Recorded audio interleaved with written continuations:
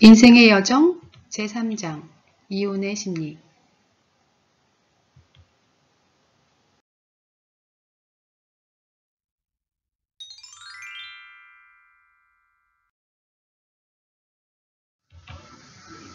결혼 생활로 힘들어할 때 주변에서 흔히 들을 수 있는 조언들이 있습니다.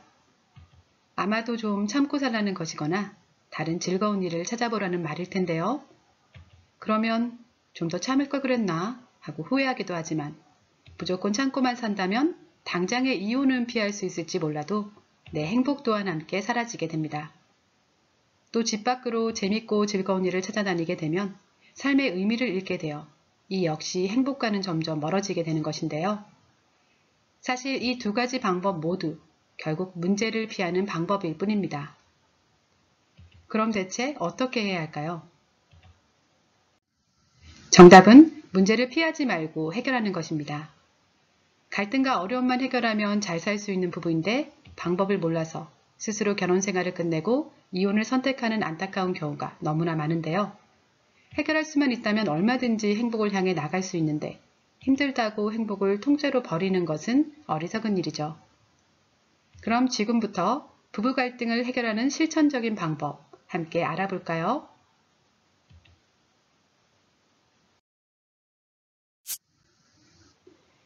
인간관계에서 가장 중요한 것은 인내가 아닌 소통입니다. 소통이 안 된 채 그냥 참거나 분노하게 되면 서로 오해가 쌓이고 힘들게 쌓아온 부부간의 신뢰도 무너지게 됩니다. 갈등은 아무리 사소한 것이라고 하더라도 즉시 봉합해야 사이가 벌어지지 않는데요. 계속해서 마음의 균열을 메우지 않고 방치하면 점점 벌어진 틈은 어느 순간 걷잡을 수 없게 되죠. 따라서 스트레스와 상처가 생겼을 때는 서로 자존심을 내려놓고 그때그때 소통과 대화로 오해를 풀어야 합니다. 물론 갈등 상황 직후 서로 화가 난 상태일 때는 당장 해결하기보다 우선은 침묵하는 것이 좋습니다.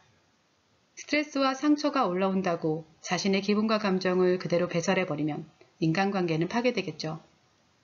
남자의 격한 스트레스의 기분도 여자의 깊은 상처의 감정도 좀 잠잠해지고 나서야 이성적으로 소통하고 받아들일 수 있습니다. 이때 스스로 스트레스와 상처를 조절할 수 있는 자신만의 힐링법을 가지고 있는 것이 매우 큰 도움이 되는데요. 만일 힐링법이 없는 경우라면 좀 잠잠해질 때까지 각자 충분한 시간을 가지는 것이 필요하겠죠. 힐링이 된 후에는 그냥 넘어가지 말고 반드시 서로의 생각을 대화로 짚어봐야 하는데요. 대화를 할 때는 내 생각 기준으로 상대를 판단하거나 미리 추측하지 말고 상대 입장에서 상황을 바라보는 것이 좋습니다. 상대방을 위한 충고라는 것조차도 결국 내 경험을 상대에게 강요하는 것이므로 하지 않아야겠죠. 그보다는 열린 마음으로 상대가 진정으로 원하는 것이 무엇인지를 들으려고 해야 갈등을 해결할 수 있습니다. 그리고 상대가 그것을 얻음으로써 부부가 함께하는 자아실현에 도움이 된다면 자신의 생각 기준을 일정 부분 수정하고 권리를 내려놓으며 조화를 이루어야 합니다. 건강한 부부관계는 서로 자신의 자유와 권리를 일부분 양보할 때 만들어지기 때문이죠.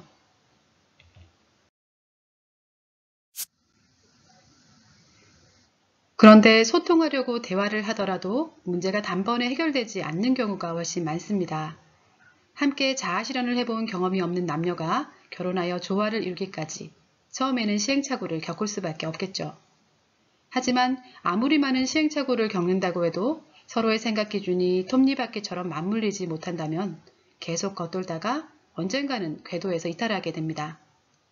부부가 함께 자아실현을 하려면 이 톱니바퀴를 수시로 조이고 기름칠을 하면서 잘 맞물려 돌아갈 수 있도록 삶의 조화와 질서를 찾으려는 노력이 필요합니다. 상대의 생각 기준이 자신과 맞지 않는다면 그 생각을 없애려는 것이 아니라 시간이 걸리더라도 새로운 기준과 습관을 만들면 해결될 수 있습니다. 내 생각 기준과 상대 생각 기준을 조금씩 양보해서 부부 공용의 생각 기준을 만들어 놓으면 더 이상 갈등이 발생하지 않을 수 있죠. 물론 단번에 되진 않겠지만 스트레스와 상처가 생기면 수정하여 새로 기준을 세우고 또다시 발생하면 또 수정하여 가면서 점차 부부의 기준을 명확히 하는 것이죠. 그러면 이것이 바로 우리 부부만의 힐링법이 되는 것입니다.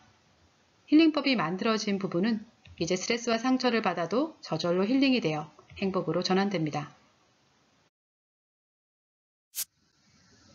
그런데 이러한 과정이 잘 이루어지지 않는 부부라면 심리작용의 조화에 문제가 생긴 경우는 아닐지 생각해 보는 것이 좋습니다.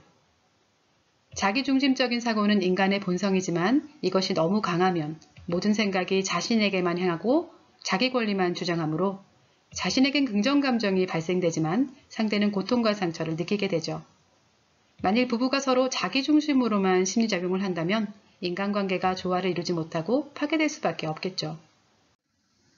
반대로 상대중심으로만 편중되면 상대에겐 긍정감정이 발생되지만 자신은 일방적인 희생과 억압으로 인해 상처를 입고 자존감을 잃게 됩니다. 상대 반발이 겁나서 상대 중심으로 살아가면 인간관계가 복잡해지고 비정상적인 인간관계가 형성되게 되는데요. 자기 권리를 표현하지 못하고 참기만 하면 상대는 자신만이 옳다는 나쁜 습관이 만들어지기 때문이죠. 인간관계는 너무 자기 중심으로도 너무 상대 중심으로도 살아서는 안 됩니다. 함께 살아가는 인간관계에서는 심리작용의 조화를 이루어 자신과 상대 모두 긍정감정을 만드는 것이 필요한데요. 늘 상대 중심으로만 살아가는 아내는 상처를 안으로만 참고 있다. 어느 날 한꺼번에 폭발해서 모든 것을 잃기도 합니다. 반면 자기 중심의 균형을 잘 잡고 있는 아내는 문제가 생겼을 때 솔직하게 표현하고 문제를 해결하여 상처를 쌓아두지 않습니다. 만일 남편이 정당한 행동 후에 자신의 권리를 요구한다면 아내도 잔소리를 멈추어야 하는 것이 정답이죠. 하지만 아내와 한 약속을 지키지도 않고 책임도 없이 제멋대로 행동한다면 소심하게 행동해선 문제가 해결되지 않습니다. 남편이 잘못했을 땐 아내도 정당하게 자신의 권리를 요구해야 부부가 대등한 관계에서 평행선을 걸을 수 있는 것입니다.